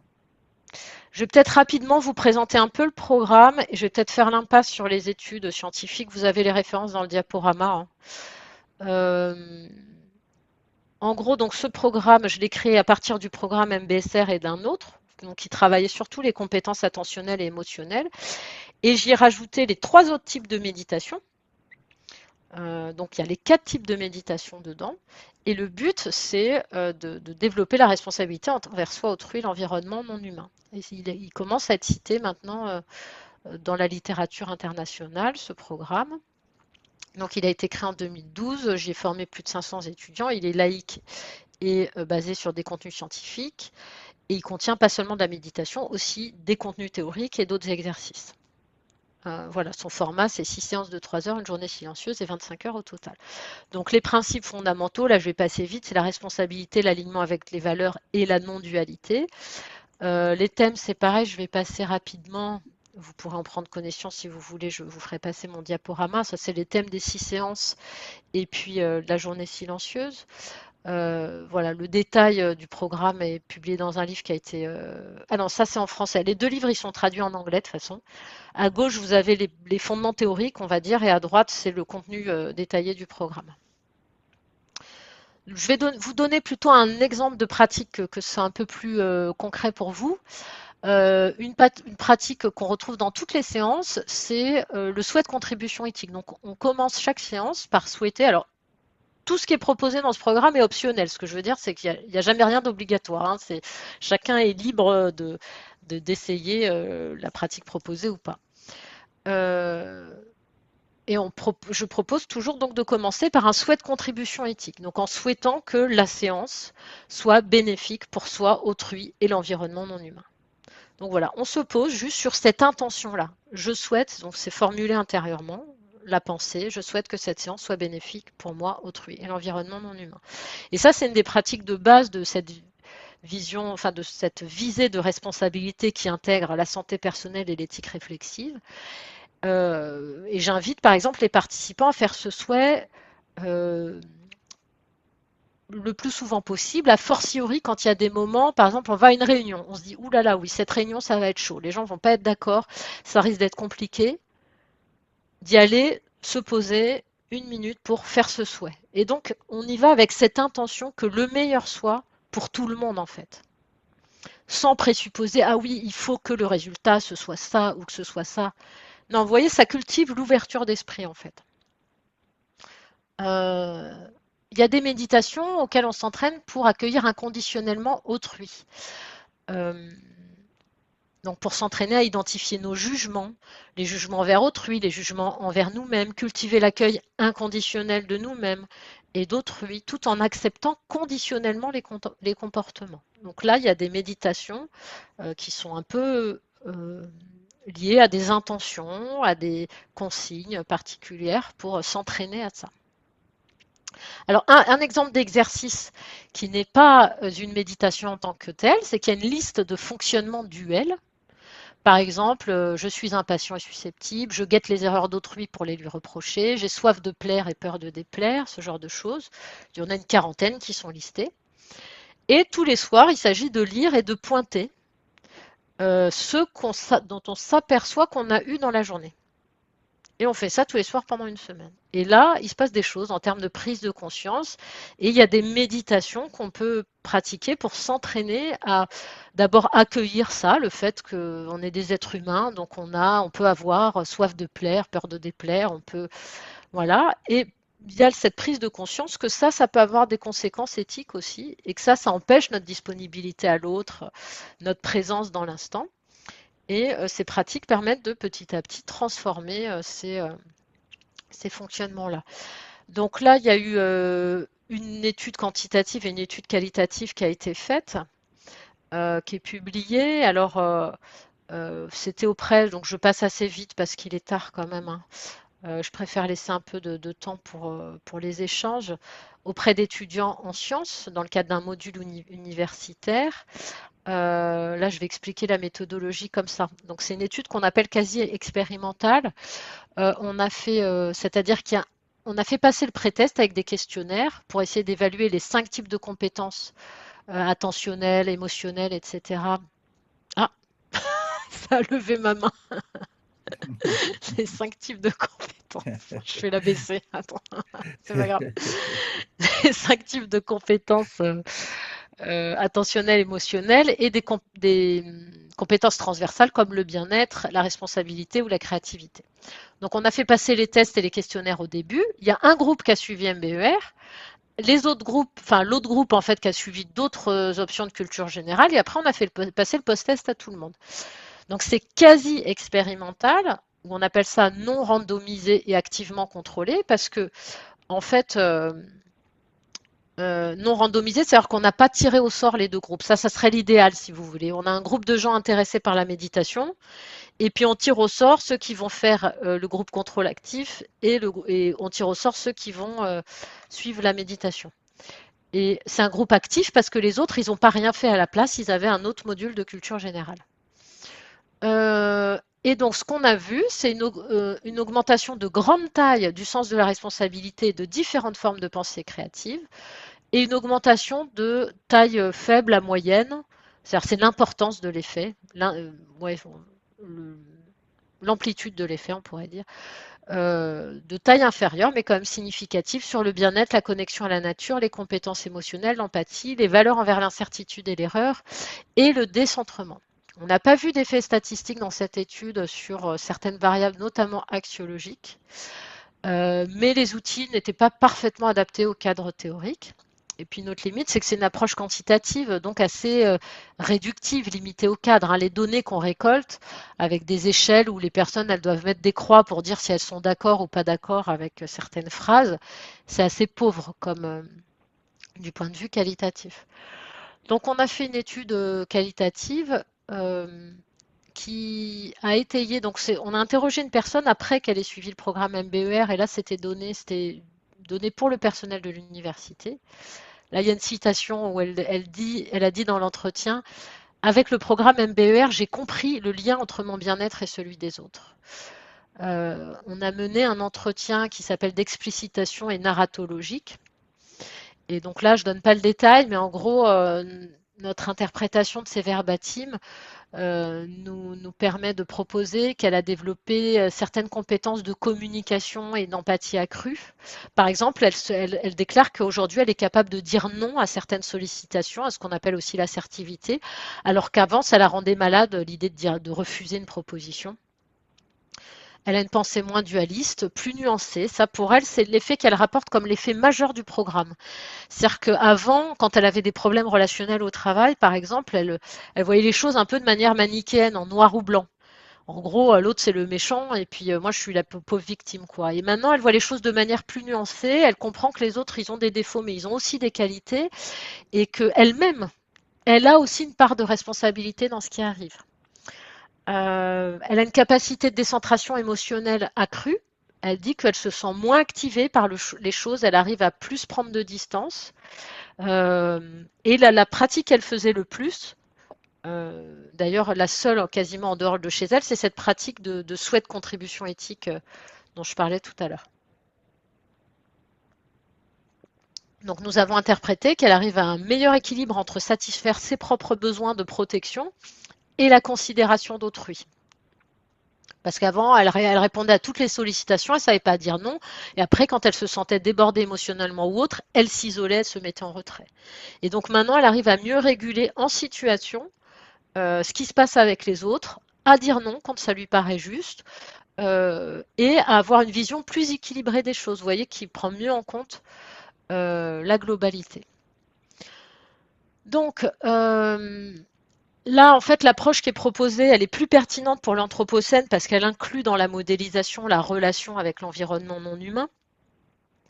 Il y a cette application éducative du programme laïque, et puis avec ce modèle des 5 types de compétences, elle dépasse une des limites de la littérature qui est d'avoir des approches seulement unidimensionnelles et souvent normées comportementalement. Là, c'est pas du tout normé comportementalement. On ne dit pas si on doit dire oui ou non à tel ou tel type de situation. C'est à chacun d'apprendre à sentir ce qui va le mieux dans la situation. C'est ça l'éthique réflexive. Là où il n'y avait pas vraiment d'outils disponibles dans la littérature. Donc les perspectives de recherche impliquent de combiner la profondeur philosophique de l'éthique avec les méthodologies robustes de la psychologie, c'est ce qu'on a essayé de faire dans l'étude quantitative, à développer des protocoles de recherche mixtes, c'est-à-dire qui allient la puissance du quantitatif, des approches statistiques quantitatives et la richesse des approches qualitatives. Là, c'est ce qu'on va essayer de mettre en œuvre à partir de 2026 dans un protocole qui marie les deux types de méthodologies pour essayer d'étudier le plus rigoureusement possible les effets éthiques, en l'occurrence de ce programme. Et puis un point qui me paraît vraiment intéressant et porteur et auquel, qui n'est pas prévu dans l'immédiat en ce qui concerne mes recherches, mais peut-être pour plus tard, ça serait d'explorer les synergies et complémentarités entre des approches plus classiques de type débat, jeu de rôle, analyse de situation et tout ça, et la méditation, de les voir en alternance ou de manière combinée. Il y a déjà des écrits là-dessus. Par exemple, il y a les dialogues de Bohm qui a théorisé cette manière de dialoguer en étant pleinement conscient. Et donc en écoutant à l'intérieur, qu'est-ce que ça fait quand on parle, quand l'autre dit quelque chose, qu'on n'est pas d'accord, et donc de s'entraîner à développer cette attention vigilante dans le dialogue. En ce qui concerne les projets éducatifs que j'ai, donc je propose une formation MBER en ligne à partir de janvier. Je vais essayer d'ouvrir, donc ça c'est dans les tuyaux aussi, un diplôme universitaire pour former des instructeurs au programme MBER, parce qu'actuellement je suis la seule à enseigner de programme, donc c'est assez limité à tous les niveaux, et j'aimerais bien qu'il y ait d'autres qui sachent l'enseigner aussi. Voilà, donc on va voir si ce diplôme il peut ouvrir. Et plus généralement, ce qui m'intéresse, c'est contribuer à l'évolution des éducations et formations. Alors là, ça devrait être écrit à la responsabilité dans cette articulation entre éthique et santé. Parce que si la santé, elle n'est pas là, je veux dire, on va rien faire ni pour les autres ni pour l'environnement. Et si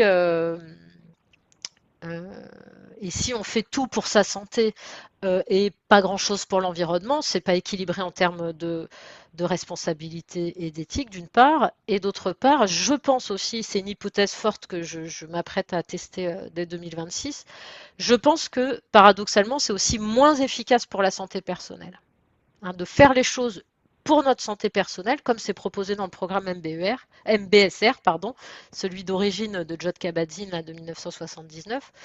Je pense que c'est moins efficace pour la santé qu'un programme du type MBER où on va chercher à développer son éthique, donc le prendre soin global, pas que de soi, mais aussi d'autrui et de l'environnement non humain dans cette approche une santé, One Health, comme j'expliquais tout à l'heure. Et je vous remercie beaucoup pour votre attention et votre patience, et je serai heureuse de pouvoir échanger avec vous, écouter vos critiques, vos questions ou tout ce que vous avez envie de partager par rapport à cette intervention. Et vous trouverez à la fin les références de ce que je cite dans le diaporama. Merci beaucoup, Hélène. Je crois que là, la règle du jeu consisterait à poser des questions peut-être d'explicitation dans un premier temps à Hélène s'il y a des choses qui peuvent être floues, et derrière des questions plus de fond, si vous voulez bien. Voilà, vous ouvrez vos C'est micros. Balthazar. Je voudrais intervenir, Didier. Balthazar. Oui, je félicite d'abord Madame Hélène pour son cours que j'ai beaucoup apprécié. En tant que psychologue, je me suis rendu compte que beaucoup des notions qu'elle a développées sont des notions que nous avons apprises en psychologie. Alors, je voudrais savoir si l'éducation à la méditation peut être commencée dès le jeune âge, je ne dis pas pour former des méditants experts, mais pour justement parvenir à tous les effets positifs de la méditation. Est-ce qu'on peut commencer l'éducation à la méditation, par exemple, à partir de l'école maternelle? Oui. Il y a des méthodes qui ont été développées pour ça. Alors la plus fameuse, je pense, c'est la méthode d'Eileen Snail, qui vient d'Europe du Nord, je ne me rappelle plus, mais bon, son ouvrage a été traduit dans beaucoup de langues. Donc il existe des méthodes, en effet, pour apprendre aux plus jeunes à se poser, à essayer d'être attentif et à cultiver ça. Et je pense que si on s'entraîne...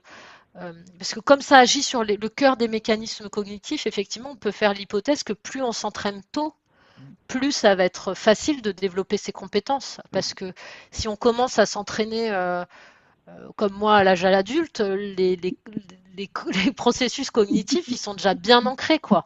Et plus on attend avec l'âge, plus ils vont être ancrés et durs à, des,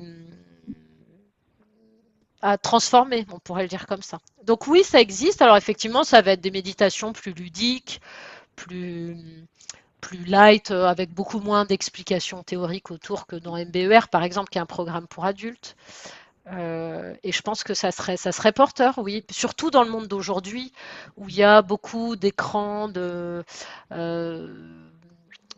sollicitations diverses et variées de l'attention, de s'entraîner à rester là, posé, attentif. Je pense que c'est une forme d'hygiène mentale en fait. Mon hypothèse, c'est que si jamais la méditation se développe d'une manière plus importante, euh, les gens se diront tiens, mais avant, les gens, ils passaient toute leur journée sans méditer, quoi, la plupart des gens.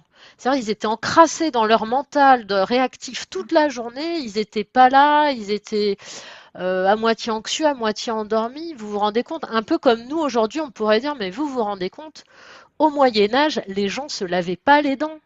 Ils avaient les dents pourries, ils devaient avoir une puanteur buccale absolument exceptionnelle. C'était terrible. Donc, vous voyez, cette idée d'hygiène mentale, quoi, d'apprendre à se poser pour être là et à pas être quasiment en permanence dans cette turpitude des pensées réactives et du mental qui nous emmène à des endroits où on n'a pas envie et qui peuvent très facilement arriver vers la pathologie. On estime que, alors je ne sais pas si c'est valable mondialement, mais dans des pays comme la France, c'est un adulte sur 5 qui connaît un épisode de dépression majeur dans sa vie. C'est énorme. 20% des personnes.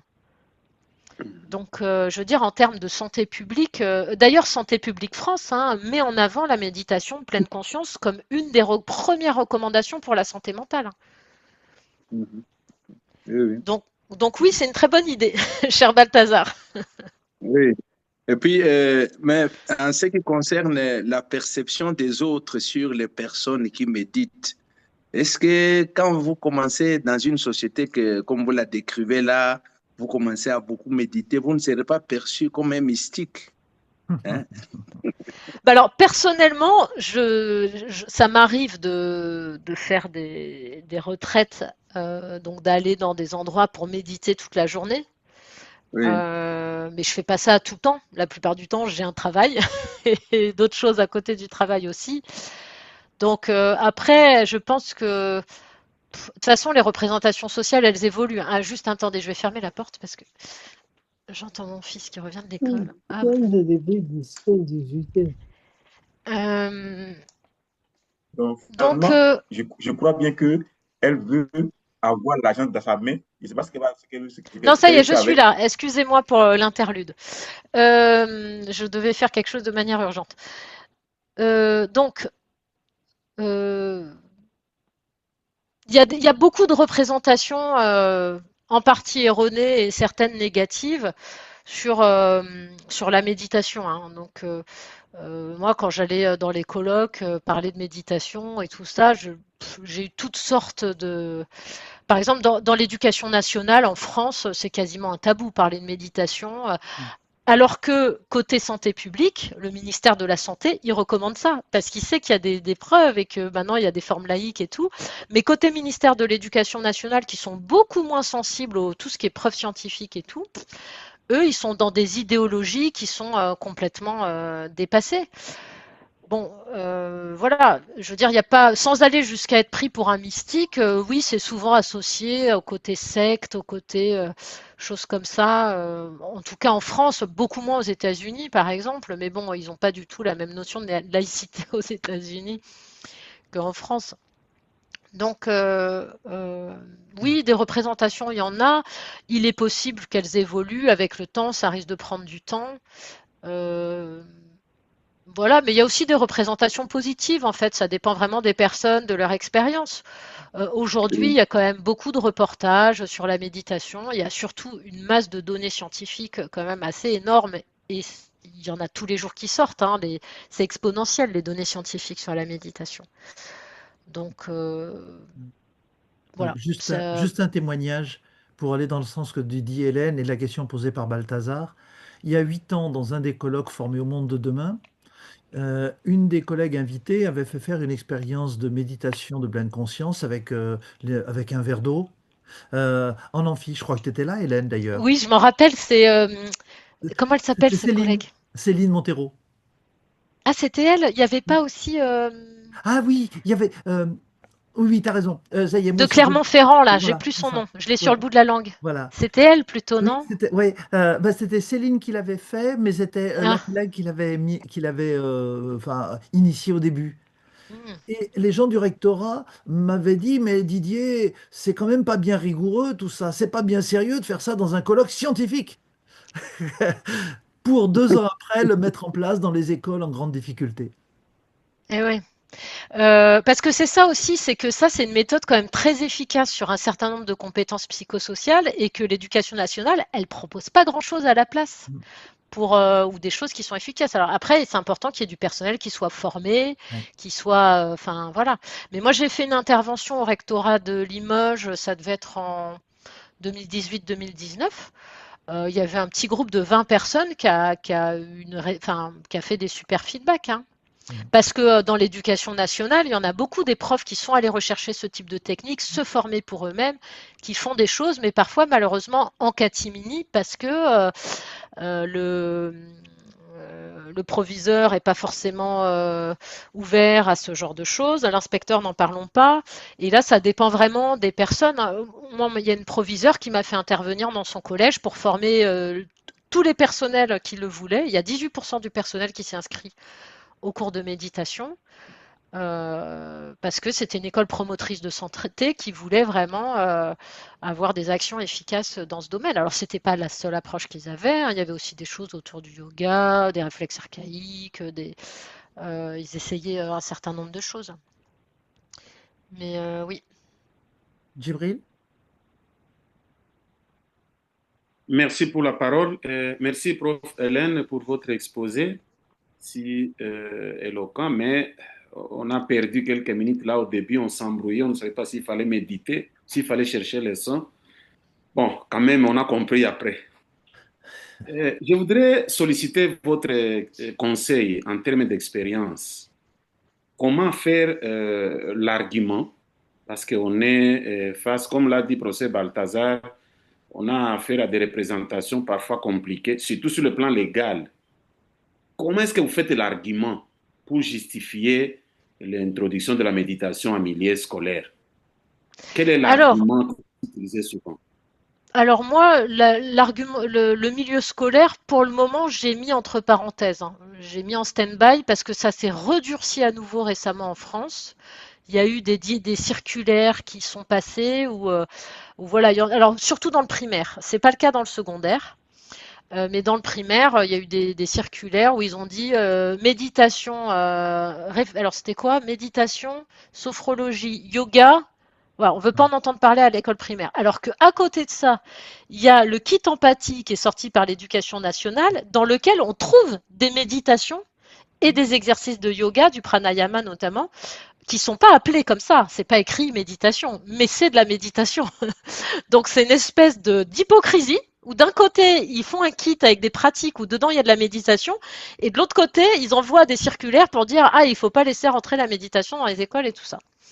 Donc moi, comme ça m'est arrivé, je crois que c'était en 2018-2019, de monter un projet qui impliquait 100 profs. Il y avait 5 établissements, 100 profs à former. Un super truc voilà, où il y aurait eu derrière des centaines d'élèves qui auraient été formés et tout. Le rectorat s'est désisté, qui était avec nous au départ. Il a fait marche arrière à la dernière minute parce qu'il voulait avoir l'aval de la Miviludes et que la Miviludes, c'est la mission interministérielle de lutte contre les dérives sectaires. La Miviludes, à la dernière minute, a dit ah ben on ne sait pas, on ne connaît pas l'association. Moi, je faisais intervenir une association. Elle a dit voilà, on ne sait pas, donc on ne vous donne pas d'avis. Donc, Et donc le rectorat s'est retiré pour pas prendre de risques. Donc on a perdu 4 établissements sur 5. Je peux vous dire que le projet qu'on avait mis des mois à monter, il n'a pas été financé. Et donc au bout d'un moment, enfin, je me suis pris quand même. Donc j'ai réussi à faire quelques trucs dans le milieu scolaire, mais je me suis pris quand même beaucoup de portes.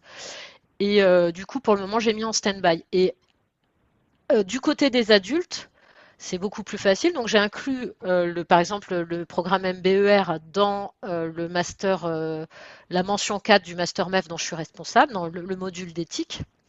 Donc ça a été validé en conseil d'institut. Mais quand j'ai voulu ouvrir là, le DU dont je vous parlais, je ne vais pas essayer de l'ouvrir en INSPE, hein, qui est l'endroit où on forme les profs à l'université. Je suis en train d'essayer de l'ouvrir en fac de médecine. J'ai ouvert un module de méditation en fac de médecine. Donc pour le moment, je veux dire, côté santé, comme ils sont beaucoup plus sensibles aux argumentations scientifiques, parce que c'est ça quand même l'argument majeur selon moi, hein, c'est que selon ce qu'on veut faire, ça marche. Mais c'est quand même plutôt du côté ministère de la Santé et disons contexte de formation au niveau de la santé que ça s'ouvre plus facilement. Parce qu'ils ont ce côté très pragmatiste par rapport à l'efficacité qui est beaucoup moins présente dans l'éducation nationale où il y a beaucoup d'idéologie, mais l'argumentation pour moi reste majoritairement scientifique. Et sur la notion de laïcité, donc là, je pourrais vous communiquer un article de 2020 qui n'est pas dans mon diaporama, donc je ne le cite pas à la fin, où j'ai aussi décortiqué c'est quoi la laïcité dans les textes français et tout ça, pour argumenter que la méditation, ça peut être une pratique laïque et en quoi ça peut en être une. Parce qu'évidemment, il existe des méditations religieuses, mais il n'est pas question d'introduire ça à l'école, on est bien d'accord, à l'école publique en tout cas. Donc pour moi, c'est ça, c'est la connaissance théorique de ce que c'est que la laïcité et la connaissance scientifique des études d'impact de la méditation et tout ça, qui est l'argumentation majeure. Avant de donner la parole à Agnès Merci pour votre question. Je lis la question de Mamadou.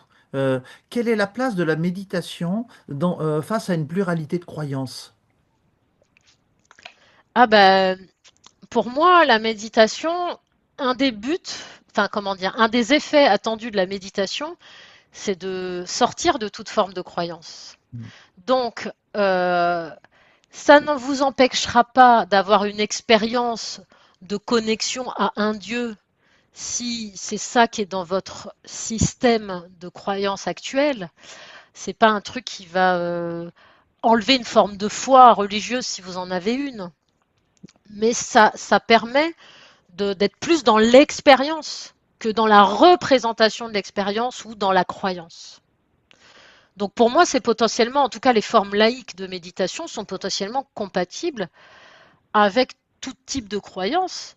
Les croyances qui vont faire obstacle, c'est précisément le fait que la méditation c'est un truc religieux, que la méditation c'est un truc où il faut faire le vide dans sa tête, que la méditation, il peut y avoir des croyances sur la méditation qui vont faire obstacle à son introduction. Mais pour moi, la méditation laïque, c'est compatible avec n'importe quel type de religion ou d'athéisme ou d'agnosticisme ou autre. Hein. Il n'y a pas. Il s'agit de faire l'expérience de percevoir les choses d'une certaine manière. Et c'est pas les choses perçues qui sont changées, c'est vraiment la manière de les percevoir quelque part. Donc on cherche pas à changer les phénomènes, les émotions, les pensées ou autres. On s'entraîne à changer de relation avec ces phénomènes et de relation perceptive avec ces phénomènes. Je ne sais pas si ça répond à Amadou ou pas. Je pense, sinon Mamadou, tu reprends. Oui, il n'y a pas de problème, c'est compris. C'est bon. D'accord, merci Mamadou. Agnès. Merci Didier. Je remercie vraiment Hélène pour sa présentation qui m'a permis également de comprendre certains aspects en tant qu'enseignante lorsque j'entre en salle, ce qui se passe également dans mon esprit. Mais ma question, j'aimerais poser une question par rapport à la limite de la méditation parce que dans son exposé, elle a parlé de 700 heures de méditation. Et à partir de ces 700 heures de méditation, donc le sujet peut être vraiment impliqué ou bien profiter vraiment des bienfaits de la méditation. Mais également, Hélène, vous avez donné des exemples sur une personne qui a pratiqué la méditation et au sortir de cette méditation, donc elle se sent beaucoup plus capable vis-à-vis donc de reconnaître ses faiblesses et puis ses réactions vis-à-vis de son entourage. Mais est-ce qu'il n'y a pas des limites? Par exemple, quelqu'un qui a fini ses 700 heures est-ce qu'après, la personne ne replonge pas encore dans ses faiblesses? Est-ce qu'il faut faire de la méditation, donc un style de vie, pour pouvoir agir véritablement, non seulement avec son entourage, mais également sur soi? Voilà, c'est ma question. Alors, Merci. merci beaucoup, Agnès, pour cette question. Et merci les personnes précédentes aussi. D'ailleurs, c'était toutes des questions vraiment intéressantes. Donc très bonne question également de la part d'Agnès. Alors déjà, enfin, il y a quelque chose, j'ai peut-être pas été claire tout à l'heure. Quand j'ai parlé des 700 heures, c'était vraiment sur une variable en particulier qui s'appelle la rigidité mentale. C'est-à-dire au niveau statistique, dans une étude que j'ai faite, donc ces 700 heures, c'est vraiment à prendre avec d'énormes pincettes, hein. Dans une étude que j'ai faite, j'ai vu que les personnes qui avaient moins de 700 heures de méditation cumulée avaient un niveau de rigidité mentale et qu'on pouvait observer une baisse de la rigidité mentale auto-rapportée, c'est-à-dire sur questionnaire, hein, que quand les personnes avaient plus de 700 heures de méditation. Voilà. Mais c'est une étude, c'est à prendre avec des pincettes. Mais il y a plein d'autres variables, comme l'empathie, comme le bien-être, la régulation du stress, on arrive à trouver des effets avec beaucoup moins d'heures de méditation. On arrive à trouver des effets avec, disons, un programme MBSR, ça doit être... donc il y a 25 heures plus des heures de pratique personnelle, ouais, disons 70 heures peut-être de méditation cumulée. Donc 10 fois moins, on arrive à avoir des effets au moins à court terme.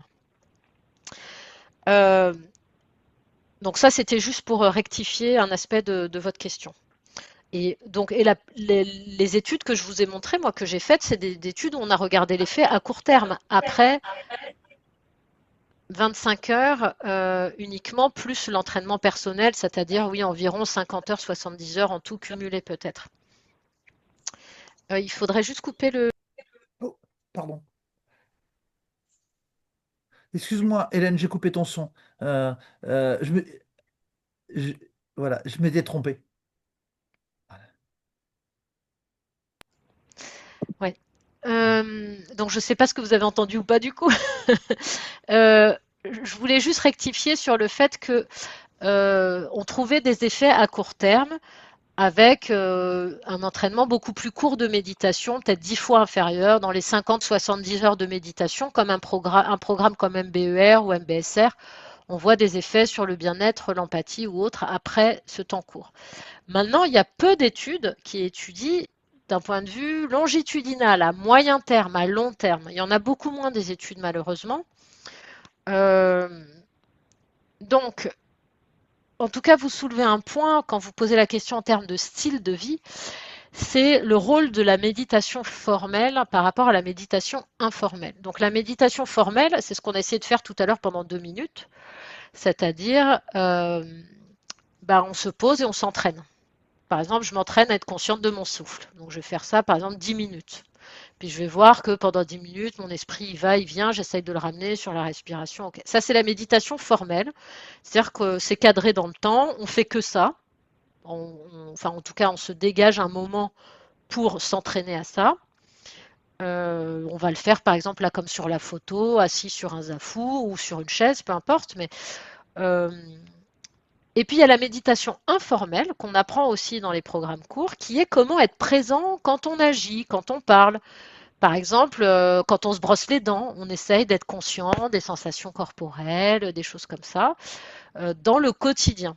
Et en fait, le but de la méditation formelle, pourquoi s'entraîner, se poser et tout ça, c'est d'être conscient, d'être présent dans son quotidien. C'est pas une fin en soi de savoir rester concentré sur sa respiration pendant 10 000 cycles respiratoires. Vous voyez ce que je veux dire? À quoi ça sert? Le but du jeu, c'est d'être conscient, d'être présent dans son quotidien quand on est avec les autres, quand on est en train de parler, d'agir, etc. Et ça, on peut s'y entraîner aussi, en fait.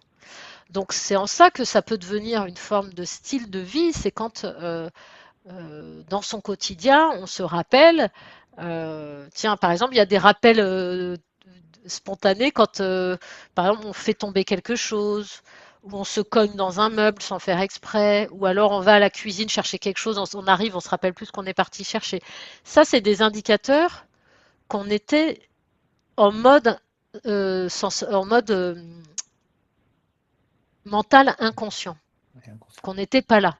Donc moi, quand ça m'arrive, je prends ça comme un rappel et je me dis, tiens, à partir de maintenant, je vais essayer d'être plus consciente. Parce que si ça c'est arrivé, si j'ai lâché ça ou que je me suis cognée, c'est que j'étais pas consciente. J'étais pas vraiment présente. J'étais partie dans mon mental réactif. Est-ce que j'ai répondu à votre question, Agnès? Ou est-ce que j'en Oui, oublie oui. une partie? Non, c'est bon pour le moment. Merci. Voilà, mais plus vous vous entraînez de manière formelle, plus vous aurez des effets à moyen et à long terme. Ça, c'est... Enfin, en tout cas, ça correspond vraiment à ce que j'observe, ça correspond à la littérature, aux différences qu'on peut voir entre des méditants experts qui se sont énormément entraînés et des méditants novices, par exemple. Mais en méditant déjà un petit peu, on peut commencer à avoir des effets même au bout de peu de temps. HP, tu te présentes?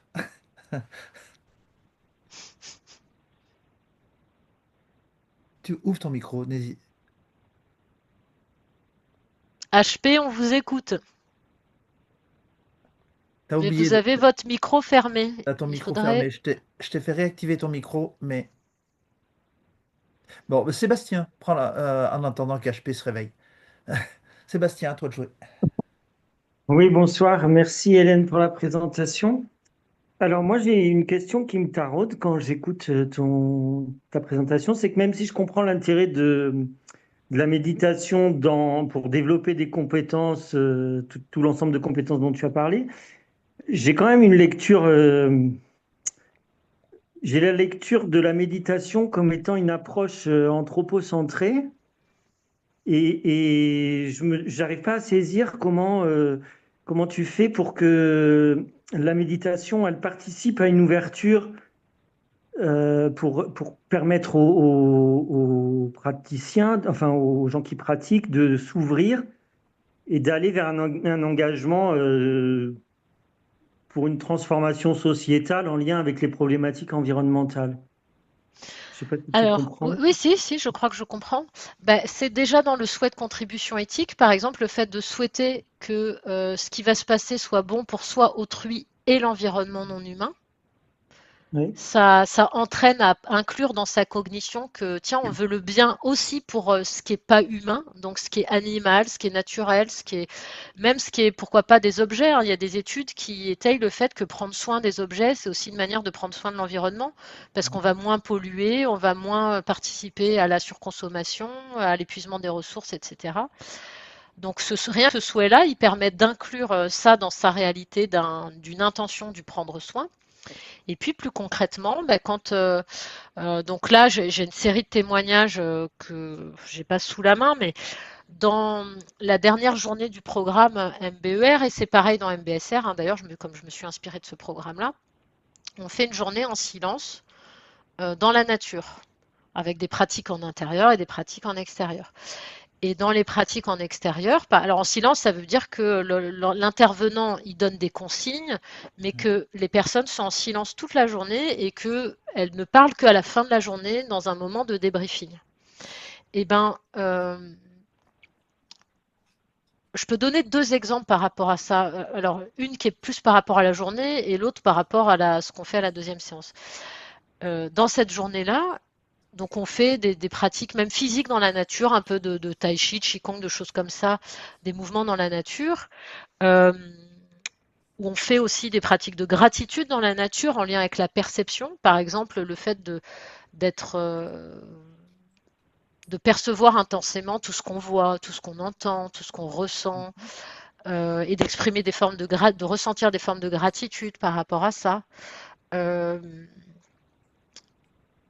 Il y en a qui décrivent, donc ça c'est des exemples de pratiques, hein. Il y en a qui décrivent que dans cette journée-là, ils font une expérience vraiment de connexion à la nature qu'ils n'avaient jamais vécue avant. C'est-à-dire qu'ils se sentent vraiment... je me souviens d'un témoignage où on fait toute une longue marche comme ça, en variant les consignes de méditation, qui durent plus d'une heure, quand il fait beau. Et il y en a une qui a décrit qu'à la fin, elle se sentait complètement intégrée dans un tout, quoi. C'est-à-dire qu'elle sentait plus de barrière entre elle et l'environnement, et elle a eu et là c'est de l'expérience, c'est pas une idée d'être liée. Cette expérience de se sentir connectée à tout le reste, aux autres du groupe, avec qui elle était en silence toute la journée. Elle a dit de rester en silence toute la journée avec eux. Elle s'est jamais sentie aussi proche d'eux. Et avec tout ce qu'il y avait autour, quoi. Donc il y a une espèce de ressenti de communion qu'elle n'avait jamais expérimenté auparavant. Donc c'est dans cette expérience de communion avec ce qui est, l'humain et le non-humain. Et puis pour donner un exemple peut-être un peu plus précis, il y a le deuxième exercice, en fait c'est le premier exercice de méditation informelle qu'on fait. On le fait avec un raisin sec. D'ailleurs c'est tellement connu dans les pratiques laïques de pleine conscience, on appelle ça l'exercice du raisin sec. Donc on distribue un raisin sec et donc on demande aux personnes d'être vraiment attentives à leurs sensations, au toucher, à la vision, à l'odorat, même au bruit. On peut voir si on le met près de l'oreille, ça fait du bruit un raisin sec. Si on le touche comme ça, on l'écrase un peu. Et puis après, évidemment, la sensation gustative. Et le raisin sec est un aliment extrêmement riche et concentré en arômes, en saveurs, en sucre. Et il va falloir que je branche mon casque bientôt. Et donc, ça fait partie des premiers exercices, c'est de faire un repas en pleine conscience.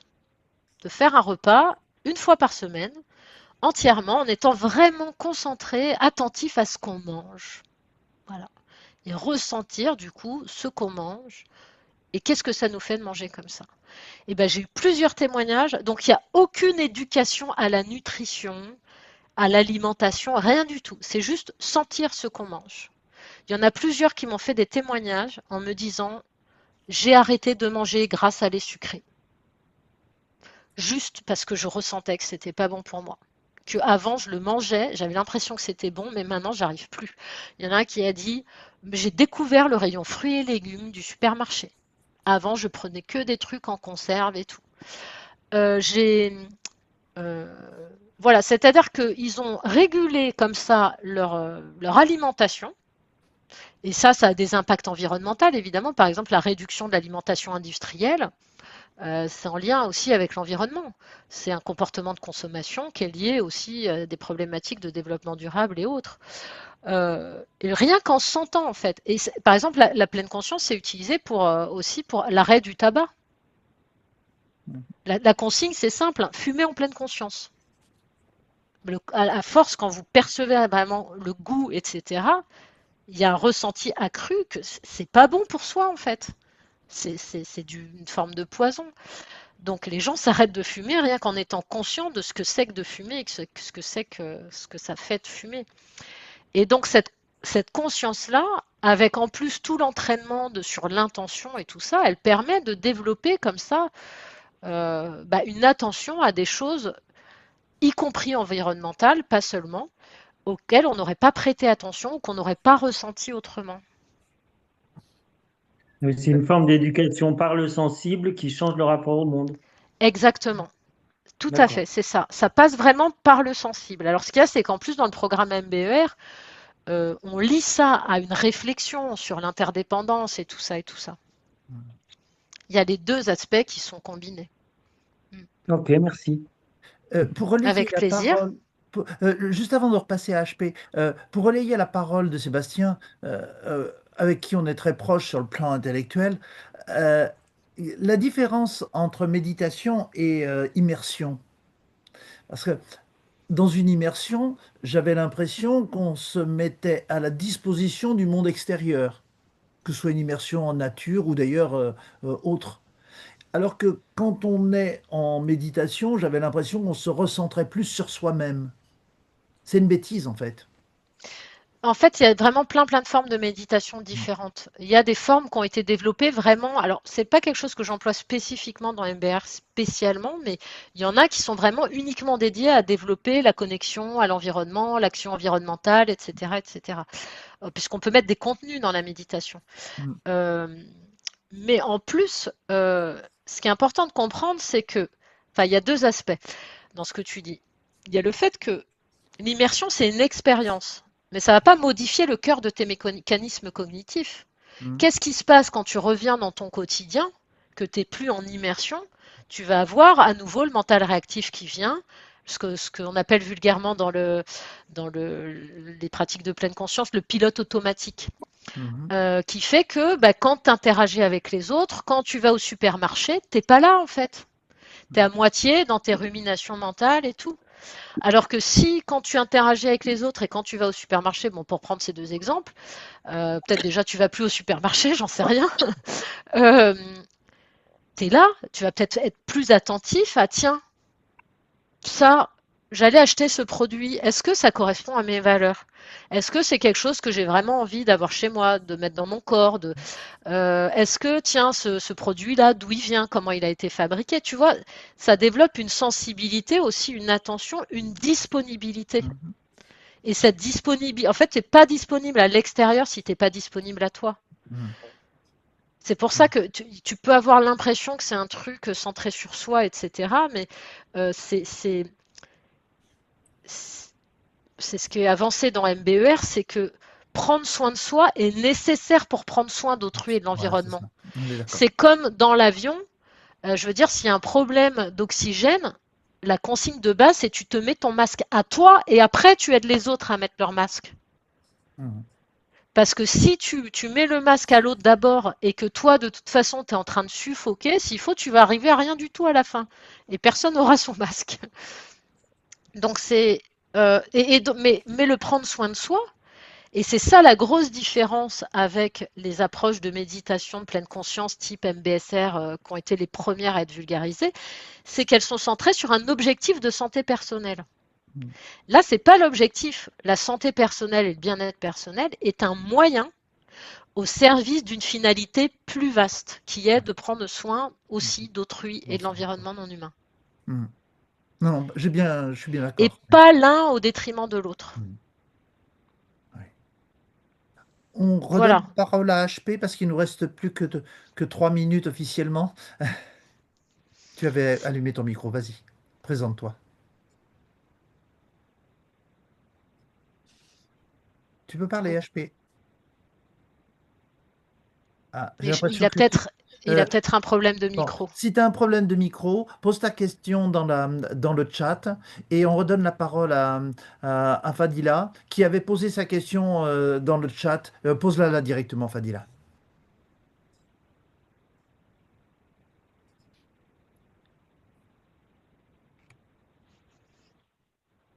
Ou sinon, peut-être tu peux la lire, Didier, si elle est dans le chat, la question. Voilà.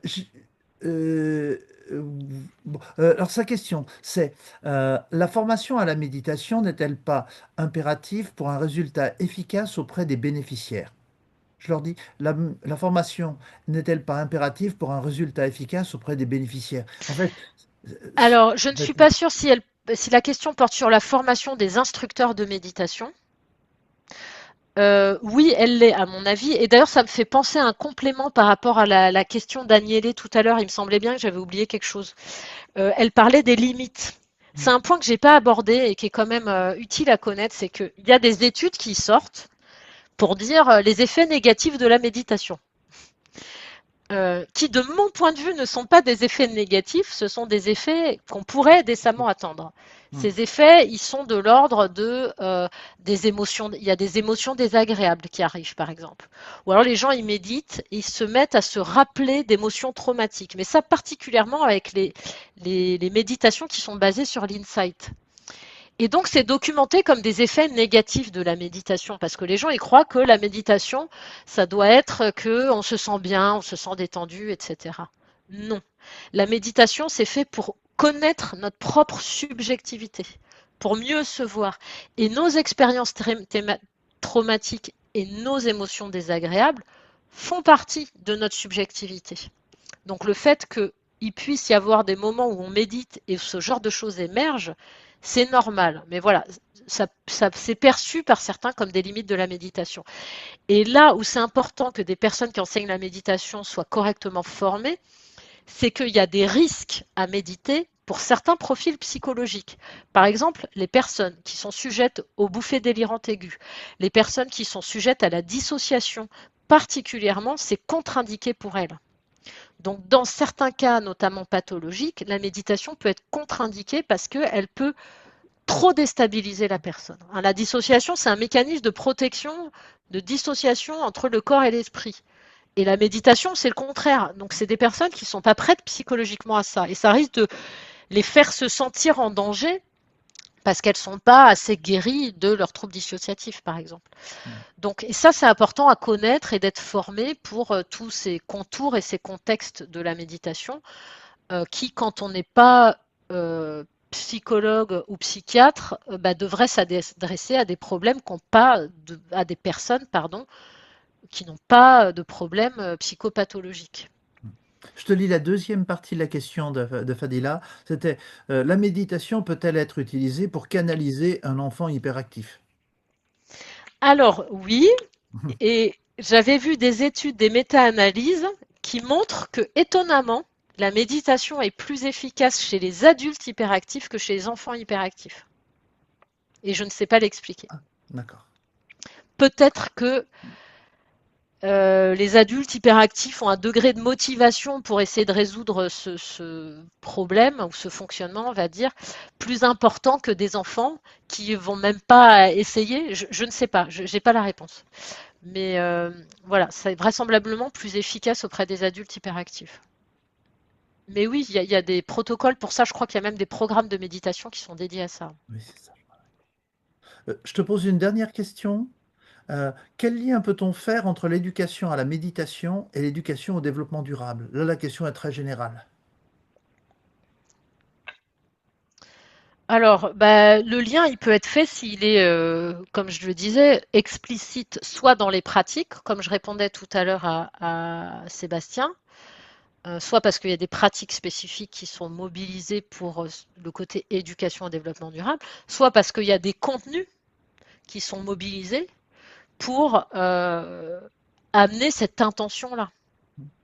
Pour moi, là, la question, elle relève de la même chose que ce que j'ai soulevé tout à l'heure du lien entre éthique et méditation. C'est-à-dire que je pense que ça peut, chez certaines personnes, éveiller cette tendance-là, mais c'est plutôt l'accroître si elle est déjà là au départ. Je pense que pour que vraiment l'éveiller, il est important qu'il y ait du contenu explicite, soit en termes de pratique, soit en termes d'apport de réflexion ou de contenu théorique sur ces questions liées au développement durable.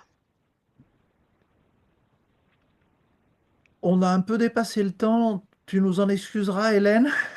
C'est pas grave. Merci beaucoup à vous pour vos questions, pour votre écoute, pour tout ça. J'ai été ravie d'échanger avec vous et de vous présenter ça. Et je reste disponible si vous avez des questions ultérieures. Didier pourra vous passer mon mail. Si ça vous intéresse, je pourrais vous passer mon diaporama. Et puis, je vous souhaite plein de belles choses, des belles fêtes de fin d'année, plein de réussites dans votre master et que le meilleur soit pour vous. Merci à toi, Hélène. Merci.